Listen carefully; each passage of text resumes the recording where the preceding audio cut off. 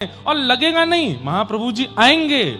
ये गीत गोविंद को वचन दिया है ठाकुर जी ने कि पूरे ब्रह्मांड में जहां कहीं भी कोई गाएगा मैं निश्चित जाऊंगा।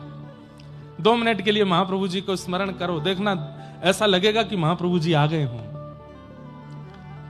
श्रित कमला कुच मंडल धृत कुंडल धृत कुंडल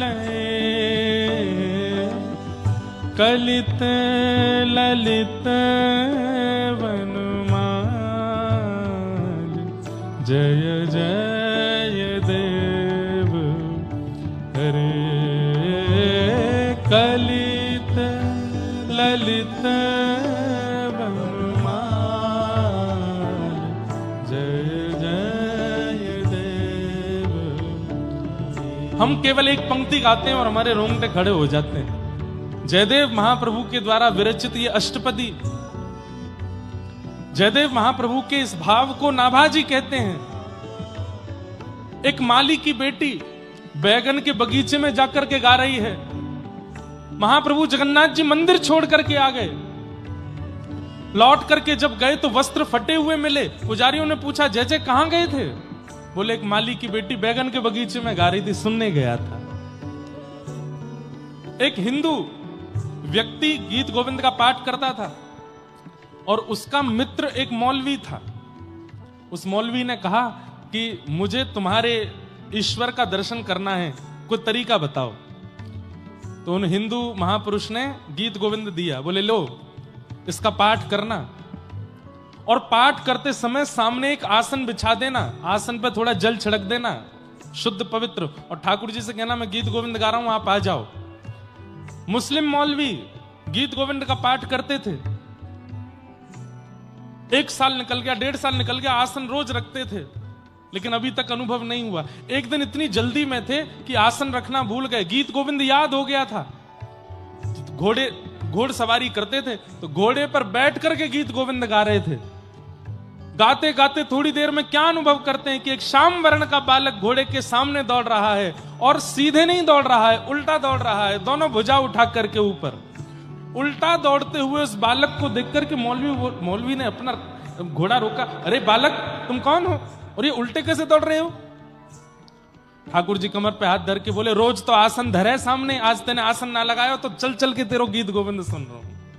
मौलवी तुरंत घोड़े से नीचे उतर गए, हाथ जोड़ लिए, दंडवत प्रणाम किया। बोले आप हिंदुओं के नाथ हो? नहीं, हम जगत के नाथ हैं, हम जगन्नाथ हैं, हम सबके नाथ हैं। हिंदुओं के नाथ नहीं है, हम सबके नाथ हैं। हम जीवों के भी नाथ हैं, हम मछलियों के भी नाथ हैं, हम आकाश में उड़ने वाले पक्षियों के भी नाथ हैं। इसीलिए तो नाम जगतनाथ है, जगन्नाथ है। कोई हिंदू नहीं, कोई मुस्लिम नहीं, कोई ईसाई नहीं, कोई कुछ और नहीं, सब मेरे हैं। इसीलिए भले ही मंदिर में अलाउ नहीं है सबका जाना, नियम है जगन्नाथ मंदिर में कि गैर हिंदू प्रवेश नहीं कर सकते। अब लोग बाग इस पर प्रश्न उठाते हैं, ये कैसे जगन्नाथ जो किसी और को आने नहीं देते? अरे भाई इसलिए जगन्नाथ है क्योंकि एकमात्र ऐसे ठाकुर हैं जो मंदिर से बाहर भी तो आते हैं सबसे मिलने के लिए। साल के वह 15 दिन जब ठाकुर जी मतलब ऐसा कह रहे हैं, तुम मेरे पास क्यों आ रहे हो? तुम चिंता मत, घर में जाके आराम करो, घर में जाके तान दुपट्टा सो, प्रतीक्षा करो मेरी। एक दिन मैं बाहर निकल के आऊंगा तब मेरा दर्शन कर लेना। तुम मेरे घर क्यों आ रहे हो? मैं आ जाऊंगा बाहर। सबको दर्शन देते हैं ठाकुर जी, चाहे मुस्लिम आ जाए, चाहे अंग्रेज आ जाए, चाहे कोई भी आ जाए, सबके लिए महाप्रभु जी निकल करके आते हैं। ऐसे जगन्नाथ महाप्रभु, उन्हें गीत गोविंद अति प्रिय है, अति प्रिय। महाराज जी जानते हैं आज भी जगन्नाथ महाप्रभु गीत गोविंद हृदय से लगा करके सोते हैं रात्रि में, इतना प्रिय है। इसलिए कम से कम कटनी वासी, विजय राघवगढ़ वासी और इस क्षेत्र के निवासी जगन्नाथ प्रभु के लिए इतना तो कर सकते हैं कि गीत गोविंद याद कर लीजिए। संस्कृत में है लेकिन याद कर लीजिए और जाकर के सुनाइए जगन्नाथ जी को। और नहीं जाके सुना सकते तो अपने घर में बैठ के सामने आसन रख दीजिए और बस आवाहन करो, ठाकुर जी आ जाओ, आप हमें याद करेंगे। गीत गोविंद के पाठ के बीच में आपको अनुभव होगा कि सामने कोई बैठा है और सुन रहा है। ऐसा ये गीत गोविंद है। अरे कौन कहता है कि ठाकुर जी का अनुभव नहीं होता? भगवान का केवल नाम और कथा सुना दी जाती है, भगवान दिखाई नहीं देते, भगवान का अनुभव नहीं होता। मान के तो देखिए हमारी बात, महाप्रभु जी का अनुभव होगा आपको। जय जय देव हरे कलित ललित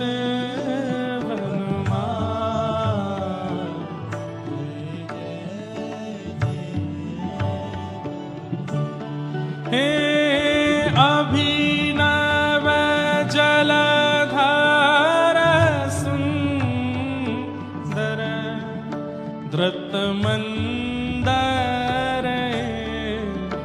धृतमंदर श्रीमुख चंद्र चकोर जय जय देव हरे श्रीमुख चंद्र चकोर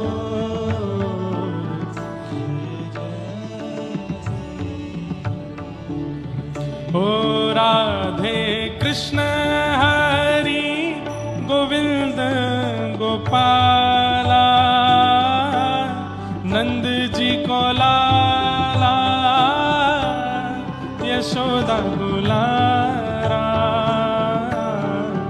राधे कृष्ण हरि गोविंद गोपाला नंद जी को लाला यशोदा दुलारा जय जय देव हरे जय जय देव ओ जय जय देव हरे। श्री जगन्नाथ महाप्रभु की जयदेव महाप्रभु के द्वारा विरचित ये गीत गोविंद की एक पदी है। ऐसी अष्टपदियां अनेक हैं, कोई भी एक याद कर लो, ये सरल है इसलिए आप याद कर लोगे। इसको याद कीजिए और अपने जगन्नाथ जी को नित्य सुनाइए। आप अनुभव करने लगेंगे कि महाप्रभु जी आपके बगल में बैठे। इतना प्रिय है ठाकुर जी को गीत गोविंद। तो बहुत सुख मिला आज विजय राघवगढ़ में जगन्नाथ जी का दर्शन करके, वहां का किला देख करके। और अब तो तीर्थ हरिहर तीर्थ निर्माण होगा, आपके सारे तीर्थ ही यहीं आ जाएंगे सबका अनुभव करके। बहुत सुख मिला। अब रथ यात्रा की तैयारियां कर दीजिएगा, कथा के बाद खूब जोर शोर से रथ यात्रा निकले, ऐसा भाव। और हमें चित्र भिजवा दीजिएगा, हम देखेंगे कि कटनी में कैसी रथ यात्रा हुई, कैसा अनुभव आप लोगों ने किया। यहां पर देखो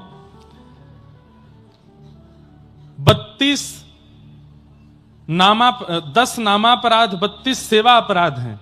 ठाकुर जी की सेवा में 32 अपराध बताए गए हैं। और उन 32 अपराधों में एक अपराध क्या है पता है? कि ठाकुर जी के वार्षिक नियमित उत्सवों को उत्साह से ना मनाना, यह एक अपराध है। जैसे कि रामनवमी आई और आपने क्या किया? कुछ नहीं किया, केवल हलवा बना दिया, ठाकुर जी को भोग लगा के जय सिया राम, ठीक है रामनवमी पे इतना ही बहुत है। नहीं, जन्माष्टमी हो, रामनवमी हो, नवरात्रि हो, रथ यात्रा हो, कल माघ पूर्णिमा निकल करके गई, ऐसे दिव्य दिव्य मनोरथ जो होते हैं इनको भूला मत कीजिए। महाराज जी के कल एक शिष्य पधारे, उन्होंने मुझको पंचांग भी दिया, उसमें वार्षिक साल भर के सारे कौन सी तिथि पर कौन से उत्सव हैं जरूर मनाया कीजिए। बंधुओं देखिए, किसी नक्षत्र ग्रह की इतनी क्षमता कैसे हो जाती है कि वो हमारे जीवन को बिगाड़ दे। प्रहलाद जी महाराज कहते हैं, कृष्ण ग्रह ग्रहित आत्मा नवेद जगदीश्वर। जिसके जीवन में कृष्ण ग्रह आ जाता है, बाकी के सारे ग्रह हाथ जोड़ के खड़े रहते हैं। शनि ने कुछ बिगाड़ा, राहु ने कुछ बिगाड़ा, किसी और ग्रह ने कुछ बिगाड़ा, आपके जीवन में उथल पुथल क्यों हो जाती है? क्योंकि आप उसको घर में आने का अवसर दे रहे हो, जीवन में आने का अवसर दे रहे हो। हर दिन यदि ठाकुर जी का स्मरण और घर में उत्सव हो, भले ही 10 मिनट का 20 मिनट का, किसी ग्रह की क्षमता नहीं कि आपके घर में प्रवेश कर जाए। अरे शनि भी आ रहा होगा, राहु की महादशा भी आ रही होगी, आपके घर के उत्सव का अनुभव करके वह दशा भी, महादशा भी उत्सव दशा बन जाएगी, कुछ बिगाड़ नहीं पाएगा आपका। इसलिए कम से कम हर दिन ना करके महीने 2 महीने में जो ये उत्सव आते हैं, विशेष उत्सव, अपने घर को फूलों से सजाया कीजिए, ठाकुर जी की सेवा खूब आनंद से किया कीजिए, रसोई में अच्छे अच्छे पकवान बनाया कीजिए, ब्राह्मणों को घर पर बुला करके उनका सत्कार किया कीजिए। उत्सव जब घर में मनने लग जाते हैं ना, तो फिर नकारात्मक ऊर्जाएं प्रवेश करने से घबराती हैं। नकारात्मकताएं घर में प्रवेश कब करती हैं? जब हम उनको अवसर देते हैं। अवसर मत दीजिए, ठाकुर जी का होने दीजिए उत्सव, तो इस अपराध से आप बच जाएंगे। इस बार खूब आनंद से कीजिएगा।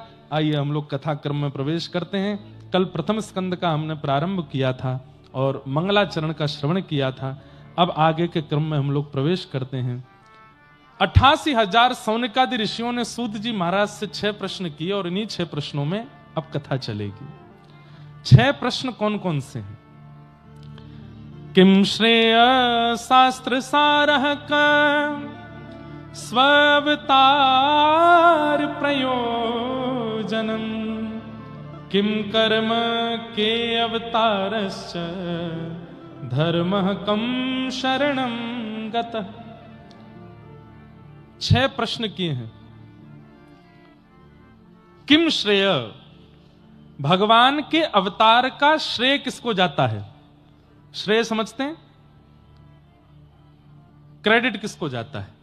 भक्तों को कि राक्षसों को? ठाकुर जी राक्षसों के लिए आते हैं कि भक्तों के लिए आते हैं? पहला प्रश्न। किम श्रेय शास्त्र सारः क, हमारी हिंदू वैदिक सनातन धर्म में इतने शास्त्र हैं, इन समस्त शास्त्रों का सार क्या है, आश्रय क्या है? दूसरा प्रश्न, किम श्रेय शास्त्र सारः का। और तीसरा, स्व अवतार प्रयोजनम, भगवान के अवतार का प्रयोजन क्या है? जो काम ठाकुर जी अपनी आज्ञा से देवताओं से करवा सकते हैं, उसको करने के लिए स्वयं क्यों आते हैं? अरे वो परमात्मा है, वो अपनी इच्छा शक्ति से कुछ भी कर सकते हैं, तो फिर वो स्वयं क्यों आते हैं? अरे रावण को मारने के लिए राम जी को आने की आवश्यकता नहीं है। वाल्मीकि रामायण में एक संदर्भ में भगवान श्री राम कहते भी हैं इस बात को, बोले जितनी देर में लक्ष्मण अपनी पलक झपकते हैं, इससे भी कम समय में मैं यहीं बैठे बैठे रावण को मार सकता हूं, मुझे लंका जाने की आवश्यकता नहीं।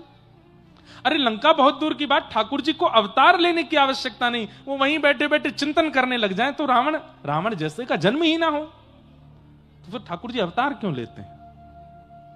स्व अवतार प्रयोजनम। चौथा प्रश्न, किम कर्म, भगवान क्या कर्म करते हैं, क्या उन्हें भी कर्म बंधन होता है? पांचवा प्रश्न, के अवतारश्च, भगवान के अवतार कितने हैं? कोई कहता 10, कोई कहता 11, कोई कहता 24। और अंतिम प्रश्न, भगवान गीता में कहते हैं धर्म संस्थापनार्थाय संभवामि युगे युगे, मैं धर्म की स्थापना करने के लिए आता हूं। स्थापित करके भगवान तो चले जाते हैं, फिर धर्म की रक्षा कौन करता है? उस स्थापित धर्म का पालन कौन करता है? उस स्थापित धर्म की संरक्षणा किसके द्वारा होती है? ये 6 प्रश्न है। सबसे पहला प्रश्न क्या था? किम श्रेय, भगवान के अवतार का श्रेय किसको जाता है? भक्तों को कि राक्षसों को? अब मैं पूछूंगा तो आप सब लोग भक्त ही बोलोगे, लेकिन प्रमाण यदि मांगूंगा तो प्रमाण नहीं दे पाओगे।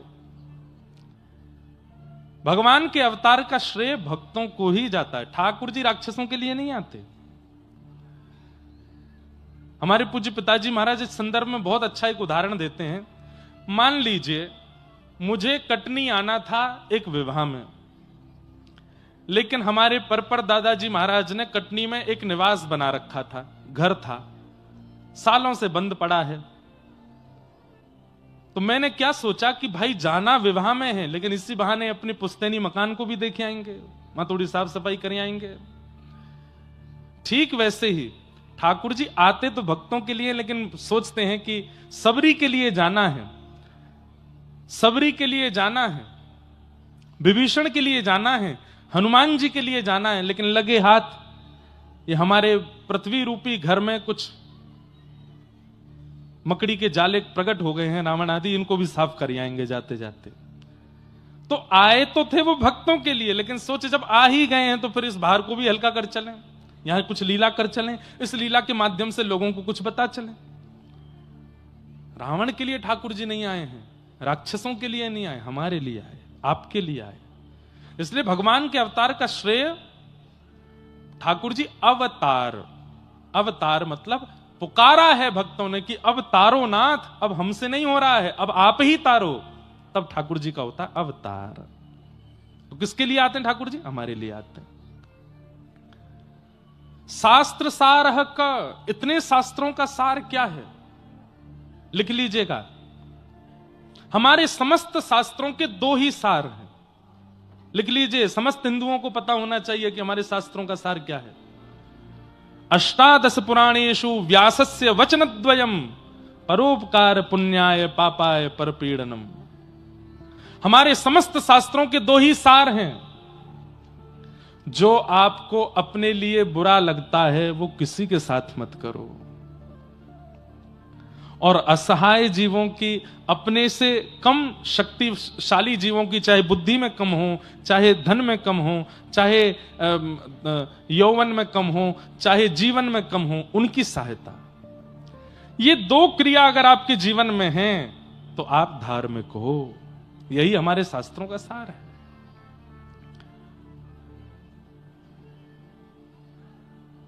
स्व अवतारश्च, भगवान स्वयं अवतार क्यों लेते हैं? ये ठाकुर जी की कृपालुता है। जो कार्य देवताओं के द्वारा भी संपादित हो सकता है, ठाकुर जी मन विचार करते हैं कि नहीं मैं स्वयं जाऊंगा, ये उनकी दयालुता है, ये कृपालुता है। किम कर्म, भगवान का कर्म क्या है? अहम भक्त पराधीन, अपने भक्तों की पराधीनता।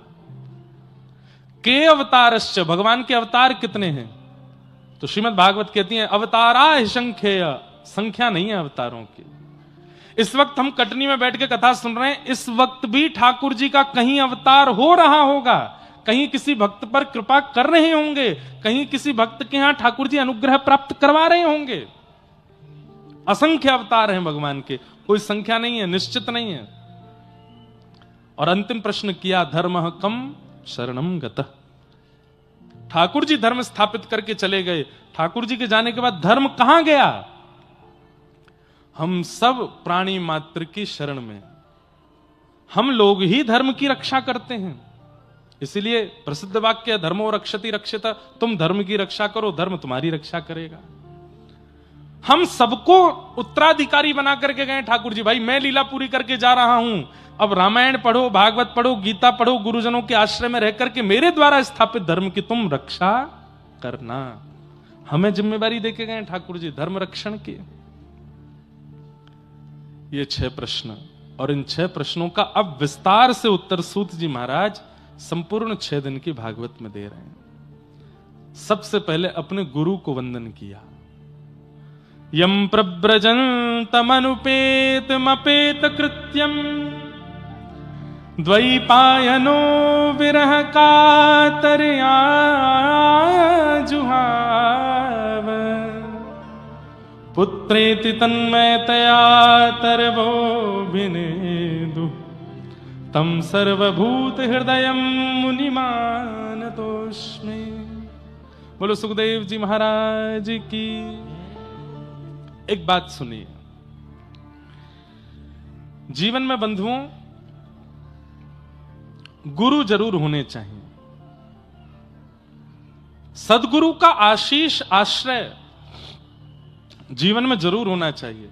आपके दीक्षा गुरु हैं तो बहुत ही अच्छी बात है, और दीक्षा गुरु नहीं है तो एक किसी के प्रति शिक्षा गुरु की भावना रखो, जो आपका पथ प्रदर्शन करते हो, जो आपके जीवन को एक राह दिखाते हो। ऐसे गुरु जीवन में निश्चित होने चाहिए।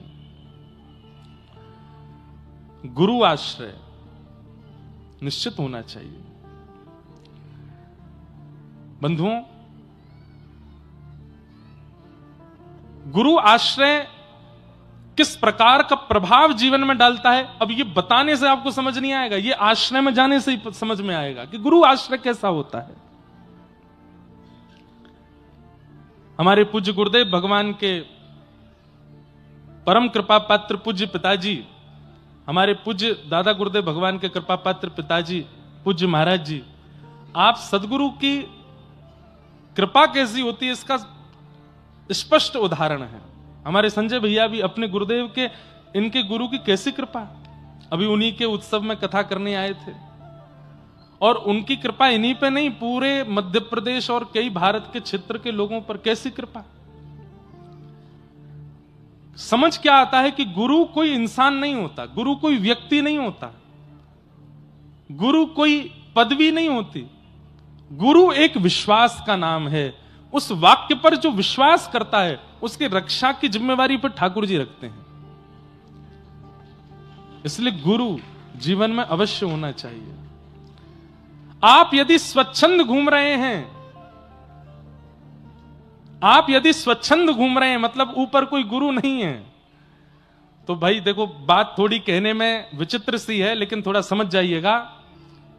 कई बार लावारिश ग्राम सिन्न घूमते हैं नगर में, नगर पालिका वाले जब देखते हैं बहुत ज्यादा हो गए तो पकड़ पकड़ के ले जाते हैं सबको, लेकिन जिनके गले में पट्टा बंधा होता है नगर पालिका वाले कहते हैं किसी का है, इसको मत पकड़ो।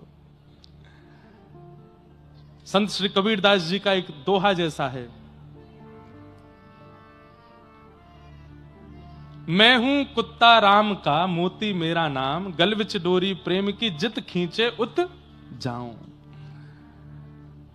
गुरुदेव जब आपके मस्तक पर उर्दपुंड लगा देते हैं, हमारे श्री वैष्णव परंपरा में पंच संस्कार हो जाता है, शंख चक्र अर्पित कर देते हैं, गले में तुलसी माला धारण करा देते हैं, नाम प्रदान कर देते हैं, मंत्र प्रदान कर देते हैं, तो फिर यमराज के जो दूत घूमते रहते हैं पृथ्वी पर, वो लावारिशों को ही पकड़ पकड़ के लेके जाते हैं। जैसे ही दिखाई देता नहीं नहीं उर्दपुंड लगा रखा है, गुरुदेव का आशीर्वाद है, गुरु के बताए हुए पथ पर चल रहा है, मतलब किसी का है, इसको नरक नहीं ले जाना, इसका न्याय ठाकुर जी कर लेंगे, इसको जो करना है वो ठाकुर जी देख लेंगे।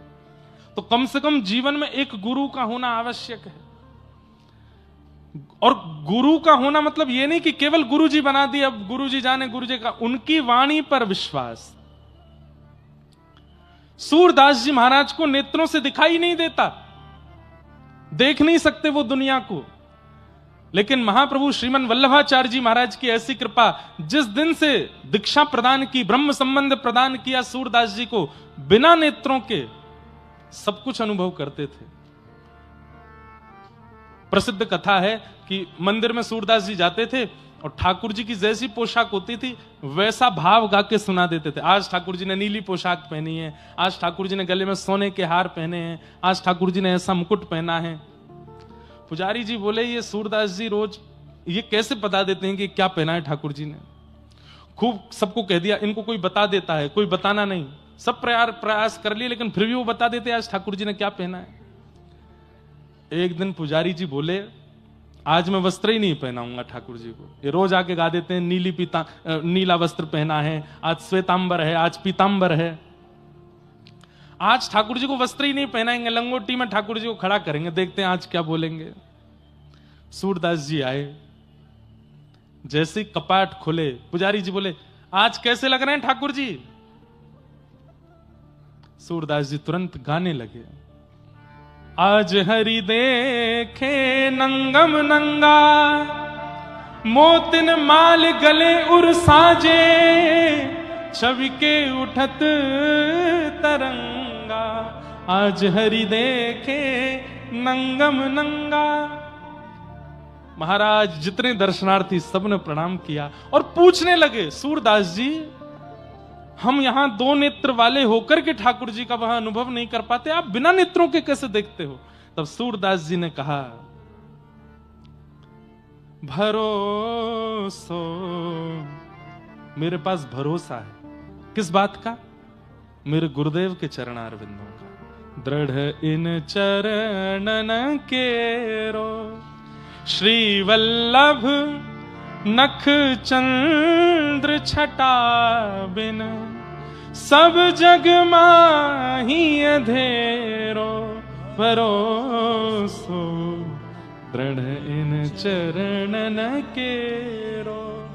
और सूरदास जी एक बात कहते हैं, बहुत ध्यान से सुनिएगा, कि कलयुग में यज्ञ से, तप से, जप से, साधन से भगवत प्राप्ति होगी, इस बात का कंफर्मेशन नहीं है। सतयुग में हो जाएगी, त्रेता में हो जाएगी, द्वापर में हो जाएगी, पर कलयुग में जितना कठोर तप करोगे ठाकुर जी मिलेंगे, कोई गारंटी नहीं है। तो बोले कलयुग में भगवत प्राप्ति का साधन क्या है? तब सूरदास जी कह रहे हैं, साधन और नाहिया कली में जासो हो तिनवेरो। और कोई साधन नहीं है, केवल एक साधन है, क्या? भरोसो दृढ़ इन। अपने गुरु के प्रति भरोसा कर लीजिए, अपने गुरु के प्रति ऐसा अटूट विश्वास कर लीजिए कि बस यही है सब कुछ मेरे। उसके बाद ठाकुर जी कह रहे हैं कि इस कलिकाल में कुछ मत करो, गुरु के प्रति भरोसा रखो। सूरदास जी कह रहे हैं, मैं प्रमाणित होकर के कह रहा हूं, सूर कहां कहे दुविध आंधरो। बिना नेत्रों का सूर कह रहा है कि मैं सब देख लेता हूं अपने गुरु की कृपा से। इससे बड़ा मैं प्रमाण क्या दूं आपको? इसलिए भैया, प्रभाव देख करके नहीं, स्वभाव देख करके गुरु बनाइए, लेकिन गुरु बनाइए जरूर। आजकल प्रभाव बहुत होने लगा, हमारा भी हो रहा है, हमको बहुत डर लगता है इससे, लेकिन हम सत्य बता रहे हैं। प्रभाव देख करके गुरु नहीं बनाइएगा। देख लिया चकाचौंध है महाराज गुरु जी की, धुआंधार भीड़ चलती है आगे पीछे, ना। गुरु वो जो स्वभाव से सामान्य हो, गुरु वो जो स्वभाव से सरल हो। और एक बात बताएं, गुरु की पहचान, वैसे तो गुरु को परखना नहीं चाहिए, पर जिनको देखते ही, जिनकी वाणी सुनते ही, जिनकी उपस्थिति होते ही कोई इंसान ना दिखता हो, ठाकुर जी का स्मरण होता हो, समझो वही आपके गुरु हैं।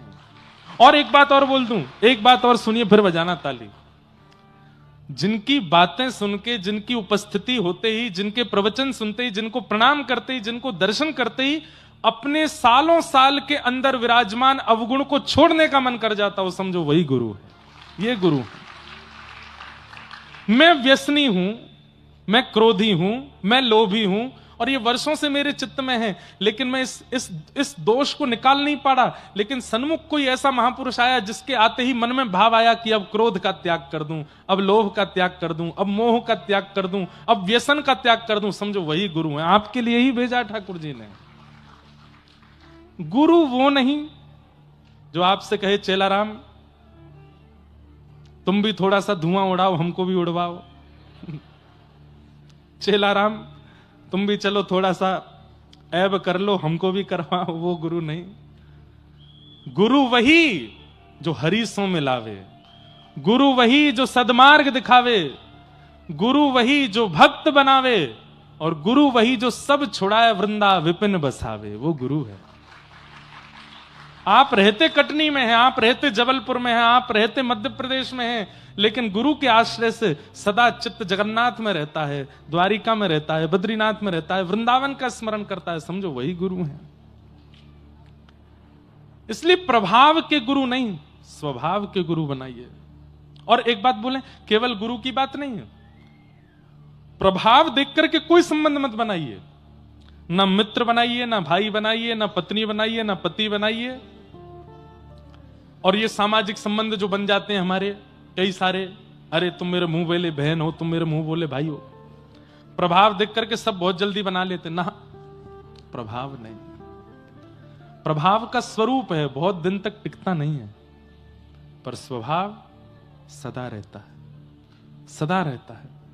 रावण प्रभावशाली था, और मैं अगर कह दूं तो प्रभु श्री राम के समय पर कुछ समय के लिए प्रभु श्री राम से ज्यादा प्रभाव कहीं ना कहीं रावण का हो रहा था, लेकिन प्रभाव नहीं, स्वभाव की विजय हुई। श्री रामचंद्र कृपालु भज मन हरण भव भय दारुणौ, नव कंज लोचन कंज मुख कर कंज पद कंजारुणौ। श्री राम, उनके स्वभाव की विजय हुई। वो मर्यादा पुरुषोत्तम है। पिता के प्रति मर्यादा, पत्नी के प्रति मर्यादा, मित्र के प्रति मर्यादा, अरे कहां तक कहें शत्रु के प्रति मर्यादा, सब मर्यादाओं का पालन करने वाले राघव जी की विजय हुई। क्यों? प्रभाव नहीं, स्वभाव। और आप सबसे भी एक निवेदन करें, अपने प्रभाव पर काम मत कीजिए, स्वभाव पर काम करो। प्रभाव देख करके तो कोई भी नतमस्तक हो जाता है, पर स्वभावशाली व्यक्ति तो स्वप्न में भी आता है, स्वभावशाली व्यक्ति तो चित्त में भी रहता है, स्वभावशाली व्यक्ति तो सदा स्मृति में रहता है। इसलिए स्वभाव बनाइए ऐसा कि सबके प्रिय बन जाओ। और जिस दिन आपका स्वभाव सर्वप्रिय हो गया, समझ जाइएगा आप ठाकुर जी के प्रिय हो गए हो, ठाकुर जी को भा गए हो। स्वभाव पर क्रिया करो। तो गुरु जीवन में निश्चित होने चाहिए। एक प्रसंग, एक कथा सुना दें। इस कथा से आप लोग गुरु कृपा को समझिएगा। और दो चार बातें और होंगी इसमें, उन पर ध्यान मत देना। एक गुरु जी थे, संत थे। तो उन संत का बहुत बड़ा आश्रम था, नदी के किनारे, गंगा जी के तट पर। बहुत सारे साधु महात्मा उनके साथ रहते थे। एक बार उन गुरु जी का, सन्यासी महात्मा थे, किसी स्त्री पर मन आ गया और वो महात्मा जी ने ब्याह कर लिया। अब ब्याह करते ही महाराज जितने साधु महात्मा रहते थे मठ में, सब छोड़ छोड़ के जाने लगे। बोले ओहो, अब तो सब बर्बाद हो गया ना, तो भजन करने के लिए आए थे हम, तो घर बार छोड़ छाड़ के, हमारे गुरु जी ने ही ब्याह कर लिया। सब छोड़ छोड़ के चले गए गुरु जी को, एक चेला नहीं गया। यहां पर गुरु जी की क्रिया पे ध्यान मत दीजिएगा, चेले के विश्वास पे ध्यान दीजिएगा। उसने गुरु जी का त्याग नहीं, तो गुरु जी बोले भाई सब तो चले गए, तुम